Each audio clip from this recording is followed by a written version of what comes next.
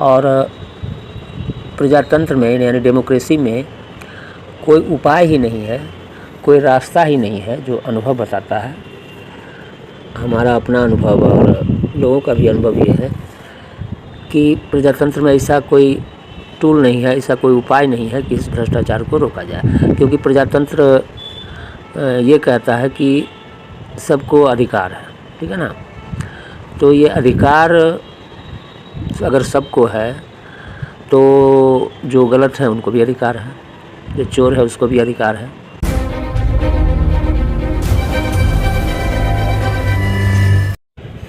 आज दुनिया के लगभग ज़्यादातर देश प्रजातांत्रिक हैं, डेमोक्रेसी है। ज़्यादातर देशों में आज डेमोक्रेसी है। फिर भी इतिहास में जब से डेमोक्रेसी लागू हुआ है, यानी कि ज़्यादातर देश में जब से डेमोक्रेसी आया है, तो समस्याएं भी पहले से ज़्यादा बढ़ी हैं और इस तरह से बढ़ी हैं कि जिसका समाधान भी बहुत मुश्किल लग रहा है। जैसे कि आतंकवाद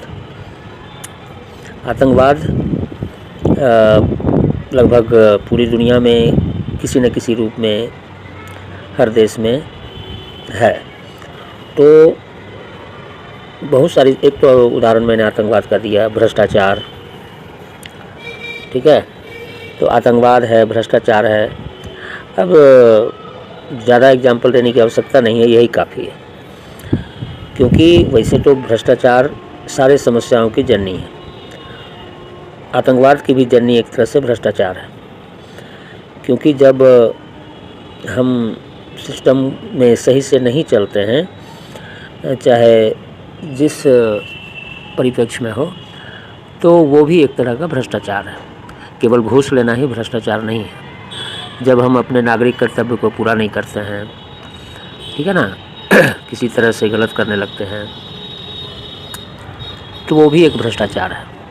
या देश के नागरिक जो हैं वो एक दूसरे के प्रति, बाकी नागरिक के प्रति वैर रखते हैं अलग अलग तरीके से, वो भी एक तरह का भ्रष्टाचार है।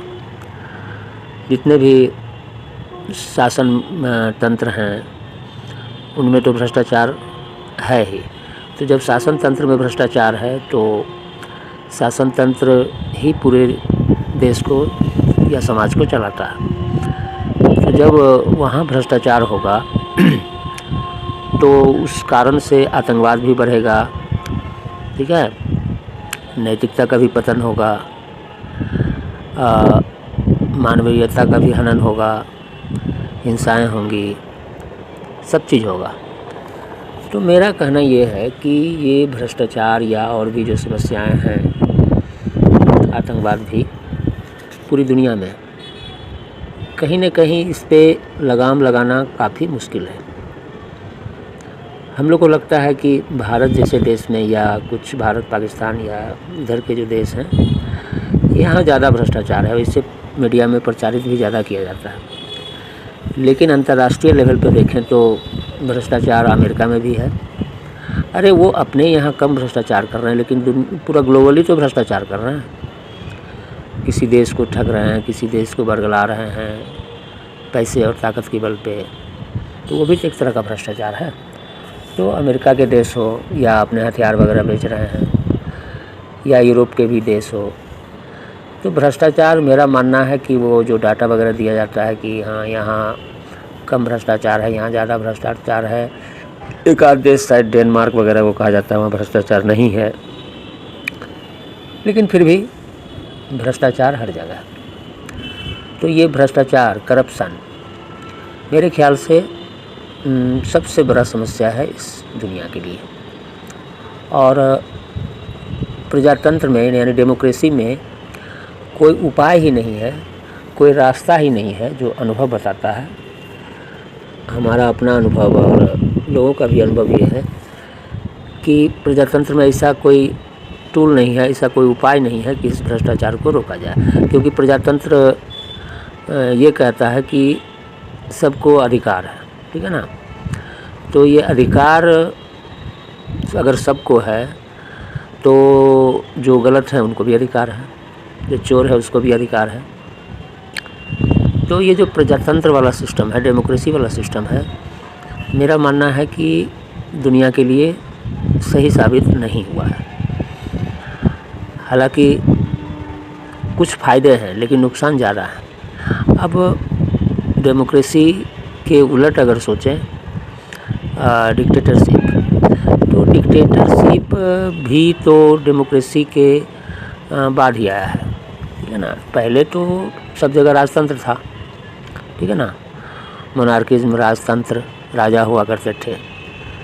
तो उस समय अगर कुछ गड़बड़ियाँ थी तो कम लोग गड़बड़ी कर रहे थे, ठीक है ना, इतने ज़्यादा लोग पीड़ित नहीं थे।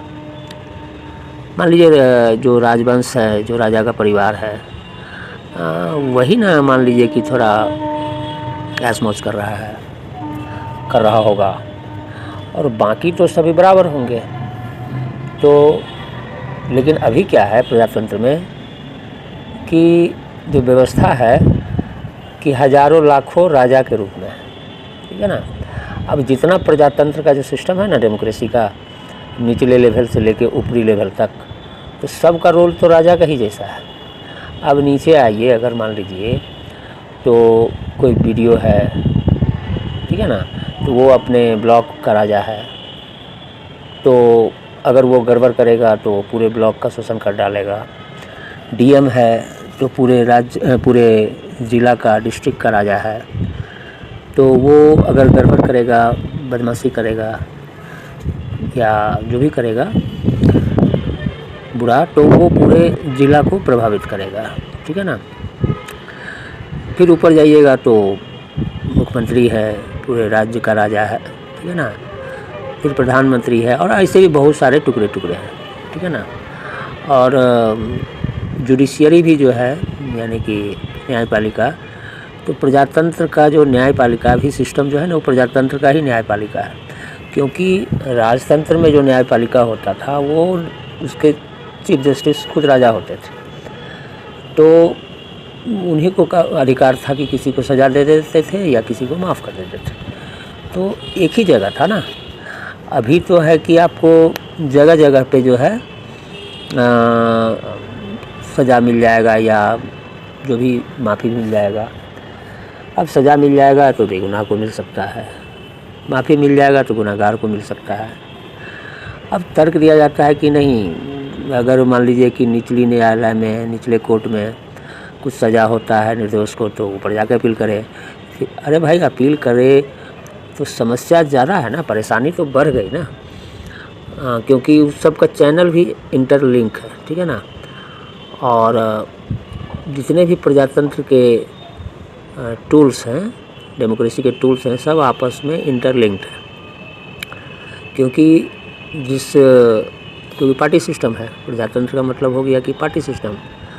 तो जिस पार्टी की सरकार होती है कहीं भी, तो उसका प्रभाव पूरे टूल्स पे पड़ता है, प्रजातंत्र के जितने भी अंग हैं सब पे पड़ता है, और आप कहीं भी कुछ कर नहीं सकते।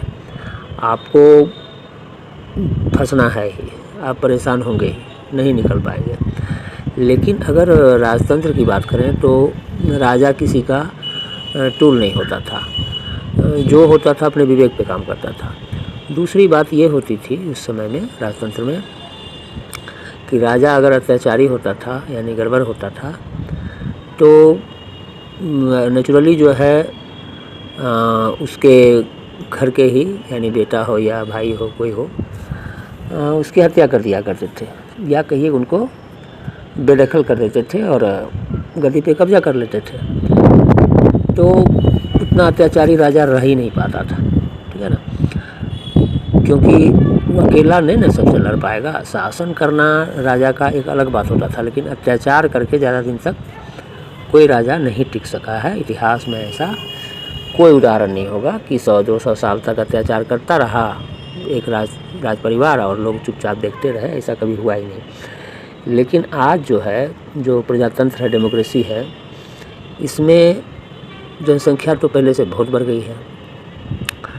तो करोड़ों लोग भी चाह लें, ठीक है ना, तो प्रजातंत्र के आड़ में जो गड़बड़ियाँ हो रही हैं उसको नहीं ये कर सकते हैं। और एक तरह का समझिए कि ऐसा मकर जाल है ये प्रजातंत्र कि इसमें संभव ही नहीं है।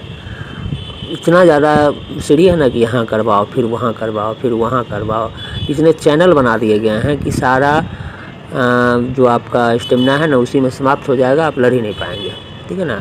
लड़ने का चैनल है, देखने में लगता है कि न्याय मिल जाएगा, लेकिन वो मिलता उल्टा नहीं है, प्रैक्टिकली जो है नहीं मिलता है।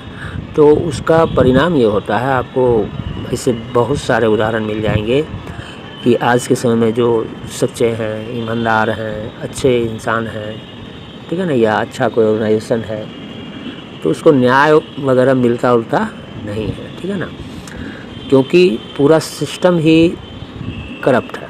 तो पूरा सिस्टम जब करप्ट है तो अब प्रजातंत्र का एक और खासियत हुआ है कि जितने बुरे लोग हैं, ठीक है ना, जिसको आम जनता लोग कहते हैं, भगवान का दर्जा देते हैं आम जनता का, तो प्रजातंत्र का एक परंपरा में जितने बुरे लोग हैं वो सब भी नीचे से ऊपर तक जुड़े हुए हैं। एक आम जनता भी समझ लीजिए कि पूरा जो पार्टी सिस्टम है उससे जुड़ा हुआ रहता है।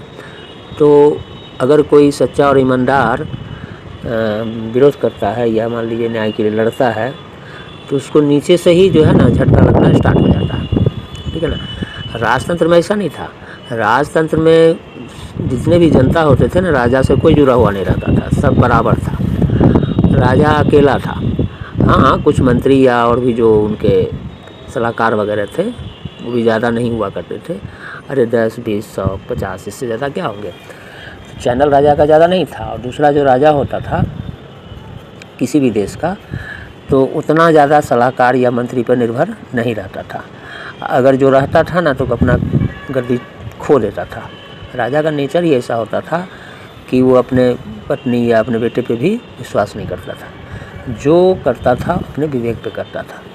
तो अभी जैसे देखा गया है कि आप अच्छे नहीं बन सकते हैं, ईमानदार भी नहीं बन सकते हैं। मतलब हम ये सब बात कह रहे हैं एक्चुअल में प्रजातंत्र के विरोध में, क्योंकि अगर प्रजातंत्र नहीं होता ना तो ये स्थिति नहीं आती कि अब कल्चर में ही शामिल हो जाता कि नहीं, बुरा होना पड़ेगा, ठीक है ना, भ्रष्ट होना पड़ेगा, क्योंकि सब भ्रष्ट हो चुके हैं। कि ऐसी स्थिति हो चुकी है कि 1 to all 100% लोग पूरी दुनिया के आने वाले 10-15 साल में, ज़्यादा समय अब नहीं है, क्योंकि पूरी दुनिया में अभी की स्थिति में 90% से ज़्यादा, हमको लगता है 10% ही लोग ईमानदार और अच्छे लोग अब पूरी दुनिया में बचे हुए हैं। और किसी तरह से जो है पुराना जो परंपरा है कि अच्छा होना चाहिए उसको ढो रहे हैं, ठीक है। तो वो 10% ही समाप्त हो जाएंगे 10-15 साल में। और जो 10% समाप्त हो जाएंगे तो आप कल्पना कीजिए उस विश्व का कि जहाँ पे सारे लोग बुरे होंगे, सारे लोग भ्रष्टाचारी होंगे, सारे लोग एक तरह से कहिए आतंकवादी होंगे। अब देखिए, दिल को दिलासा देने के लिए इसी में क्या हो गया है कि जो थोड़ा सा लोग अब मैनेज कर रहे हैं इस तरह से बोल के कि नहीं वो कम भ्रष्टाचारी है, वो ज़्यादा भ्रष्टाचारी है, ठीक है ना। जैसे उसी तरह से गुड टेररिज्म, बैड टेररिज्म, ठीक है। तो इस तरह का माहौल होगा उस समय कि अरे सारा भ्रष्टाचारी है तो क्या हुआ, वो कम है, वो ज़्यादा है, वो अच्छा आतंकवादी है, वो बुरा आतंकवादी है। तो कहने का मतलब शॉर्ट में यही समझिए कि पूरी दुनिया के सारे लोग बुरे हो जाएंगे, सारे लोग भ्रष्ट हो जाएंगे, होना ही होना है, इसको कोई नहीं रोक सकता है। और जो प्रजातंत्र के समर्थक या जो आधुनिक जुडिशियरी के जो समर्थक हैं वो तर्क देंगे कि ऐसा कभी नहीं होगा। अरे हो गया है, 90% से ज़्यादा तो हो ही गया है, क्योंकि पहले मैंने बता दिया कि आपको होना ही पड़ेगा। आप अगर नहीं हो पाएंगे तो आपको समाप्त हो जाना पड़ेगा। तो धीरे धीरे अब जो बहुत सिद्धांतवादी होंगे कि नहीं हमको चोरी नहीं करना है, हमको भ्रष्टाचार नहीं करना है या आतंकवाद नहीं करना है, तो वो समाप्त हो जाएंगे। आखिर दुनिया में तो नहीं न रहे, समाप्ति तो हो गए, तो बचा कौन? तो बच गया वही सब भ्रष्टाचारी लोग। ठीक है ना। अब जो अगला जनरेशन होगा दुनिया का, तो एक तरह से देखा जाए तो पर्सनली उसको भी कोई कष्ट नहीं होगा। इसलिए कष्ट नहीं होगा कि ऐसा जो है हमारा अध्यात्म भी कहता है और साइंस भी कहता है कि जैसे माँ बाप होंगे, ठीक है ना, तो बच्चे में भी हेरिडिटी आता ही है गुण। तो भ्रष्ट माँ बाप के बच्चे में भी भ्रष्टाचार के लक्षण होंगे। जो बुरे माँ बाप होंगे तो उनके बच्चे भी बुरे ही पैदा होंगे। तो जो अगला जनरेशन है, शॉर्ट में कहा जाए तो उसको कहा जाएगा कि भाई पूरा दुनिया भ्रष्ट हो जाएगा, पूरा दुनिया आतंकवादी हो जाएगा, पूरा दुनिया झूठ बोलेगा, पूरा दुनिया ही चोर रहेगा। तो आने वाला जो भविष्य है लोगों का कितना ख़राब हो जाएगा। कुछ ख़राब नहीं होगा, क्योंकि जो जन्मेगा ना वो भी उसी कल्चर का होगा ना, तो उसको क्या ख़राब हो जाएगा। तो हमको लगता है उसके बाद तो ऑटोमेटिक प्रलय होना ही होना है। उसके लिए कोई कल की अवतार लेने की आवश्यकता नहीं है, सब कल की ही हो जाएंगे। ठीक है ना, सारी जनता कल की हो जाएगी, एक एक नागरिक कल की हो जाएगा, सब एक दूसरे को समाप्त कर देगा। तो यहीं पे जो आ जाता है कॉन्सेप्ट कि जो एक वर्ल्ड वार होगा, ठीक है ना, महायुद्ध, पूरी दुनिया लड़ेगी। हाँ, उसमें जो है सो अच्छे लोग बच जाएंगे, बुरे लोग समाप्त हो जाएंगे। ऐसा कुछ नहीं होगा, कोई अच्छा रहेगा ही नहीं, सब समाप्त हो जाएगा। व्यवस्था भी वही है। अभी देखिए लड़ने के जो हथियार वगैरह हैं, एटम बम है या एक से एक घातक हथियार हैं, कि बचने का कोई संभावना ही नहीं है। तो पूरी दुनिया उसी ओर बढ़ रही है। और अभी की जो स्थिति है, जब मैं कह रहा हूँ कि 90% से ज़्यादा लोग, 90% से ज़्यादा लोग बुरे हो चुके हैं, नीचे से आम जनता से लेकर के सरकार तक पूरी दुनिया का एक रंग है। कई लोग को लगता है भारत अच्छा और अमेरिका बुरा, ऐसा कुछ नहीं, सब एक ही जैसे हैं, है ना। प्रजातंत्र के आने से शुरू में अच्छा लगा लोगों को कि समस्याएं जो है पहले से अब दूर हो गई हैं, अत्याचार कम हो गए हैं। शुरू में तनी मनी थोड़ा बहुत लोगों को लगा, लेकिन धीरे धीरे लोगों को अब एहसास हो रहा है कि प्रजातंत्र भी कोई सॉल्यूशन था नहीं, क्योंकि ये जो बुरा वक्त जो आने वाला है ना, उसका जो सिलसिला चल रहा है, तो वो चलता ही रहा और प्रजातंत्र से भी कोई सॉल्यूशन नहीं निकला। तो क्यों ना ऐसा किया जाए कि प्रजातंत्र को समाप्त कर दिया जाए और फिर से राजतंत्र लगा दिया जाए। जो सिस्टम है देश या राज्य या जो दुनिया चल रहा है ना, इसका जो सिस्टम है ना, इसमें दिखाई पड़ रहा है कि सिस्टम जो सुविधा के लिए था, ये सिस्टम से कोई सुविधा होता नहीं है। लगता है कि सुविधा हो रहा है, लेकिन सुविधा किसको मिलता है? जो बुरे हैं, क्योंकि बुराई की संख्या बढ़ रही है और नेचर ही ऐसा है कि बुराई की संख्या बढ़ेगी ही बढ़ेगी। तो प्रजातंत्र में भी बुरे लोग ज़्यादा होंगे ही, तो जो अच्छे लोग हैं उनको प्रजातंत्र से भी कोई फ़ायदा होने वाला नहीं, क्योंकि संख्या का बात है। क्योंकि आप देखिए ना, प्रजातंत्र में क्या है कि आपको बहुमत का शासन होता है, ठीक है। तो बहुमत जहाँ होगा, अब स्वाभाविक है बुरे लोग ज़्यादा हो गए तो बहुमत बुरे लोगों का हो जाएगा ना। तो जब बहुमत बुरे लोगों का हो जाएगा तो अच्छे लोग का ना कोई सरकार बन पाएगा, ना कभी जीत पाएंगे। तो जो सरकार या पार्टियां जो हैं वो भी सोचेगी कि भाई हम भी बुरे रहें तब ना हम भी जीतेंगे। तो सब मतलब बुरा होने का एक होड़ चल जाएगा, और वही चल ही रहा है। तो पूरे दुनिया में हर देश में ये बुरा बनने का होड़ प्रजातंत्र में, तो प्रजातंत्र में ये रास्ता था तब ना ऐसा हुआ। चैनल जो बना हुआ है ना कि इसमें इस तरह से रास्ता था, राजतंत्र में संभव नहीं था। राजतंत्र में तो एक राजा के पास सारी शक्तियाँ हैं, तो जनता के पास कोई निर्णय का अधिकार ही नहीं है कि अच्छा बनना है कि बुरा बनना है, बस जीना है तुमको। तो मेरा कहना ये था कि इसका अगर उल्टा कर दिया जाए, यानी पूरी दुनिया अगर ये सोचे कि समझ तो जाएगी ही, हमको लगता है लोग धीरे धीरे समझने लगे होंगे। तो अब देखिए ना, ये आपका संयुक्त राष्ट्र संघ, यूनाइटेड नेशन ऑर्गेनाइजेशन, जो पूरा दुनिया का मुखिया है, प्रजातंत्र की देन है क्या भाई? तो पूरा दुनिया का समस्याओं का समाधान करेगा एक संयुक्त राष्ट्र संघ होगा। क्या समाधान कर रहा है? तो वहाँ जो उसमें जो मेंबर हैं, मान लीजिए जो वहाँ का सुरक्षा परिषद है, जिसमें कि 5 या शायद 5 मेंबर हैं, तो वो 5 मेंबर में से अब मान लीजिए 5 बुरे हो गए, तो अब क्या कर लेगा? तो वो बुरे का न चलेगा, ठीक है ना। मान लीजिए आप कहिएगा कि नहीं रूस तो अच्छा है, बाकी बुरे हैं, तो क्या हो गया, रूस का क्या चल रहा है? रूस को भी तो चीन से दोस्ती है ना, तो चीन तो बुरा है, ठीक है, और बाकी सब बुरे ही हैं। तो अब वो 5 देश मिल करके पूरा दुनिया को अपना मचोरे हुए हैं, ठीक है ना। तो अब क्या कर लीजिएगा कि प्रजातंत्र के कारण न हुआ। कभी ऐसा होता अगर राजतंत्र रहता तो ऐसा कोई यूनिटी ही नहीं बनता, सब अपना सेपरेट रहता, वही ज़्यादा अच्छा था। ये जो ग्लोबल दुनिया, ग्लोबल ये मतलब मिलजुल के मारेंगे, मिलजुल के लूटेंगे। प्रजातंत्र से यही सब हुआ है कि पहले एक राजा मार रहा था, एक राजा लूट रहा था, अब आपको करोड़ों राजा हो जाते हैं, करोड़ों लोग मिल के आपको मारेंगे, ठीक है ना, करोड़ों मिल करके आपको लूटेंगे, तो अब आप नहीं बच पाइएगा। तो इसीलिए एक प्रयोग के रूप में पूरी दुनिया, हालांकि हमको लगता नहीं है कि ये सब बात लोग सोचेंगे, लेकिन अगर सोचा जाता तो मेरे ख्याल से अच्छा होता कि धीरे धीरे ये प्रजातंत्र रिप्लेस हो जाता। क्योंकि ऐसा भी कभी कभी कहा जाता है कि हिस्ट्री रिपीट होता है, ठीक है ना। तो ऐसा काश रिपीट हो जाता कि प्रजातंत्र खत्म हो जाता और फिर से राजतंत्र बहाल हो जाता। तब क्या होता कि हो सकता था कि उल्टी धारा बह जाती, कि जैसे सब अच्छे धीरे धीरे बुरे हो गए ना, तब धीरे धीरे बुराई कम होते जाता और अच्छाई बढ़ते चला जाता, ठीक है ना। अब वैसे मेरा विचार है ये, अब इसमें कितनी सच्चाई है वो तो बात की बात है, मैंने यहीं से सोचा, ठीक है ना।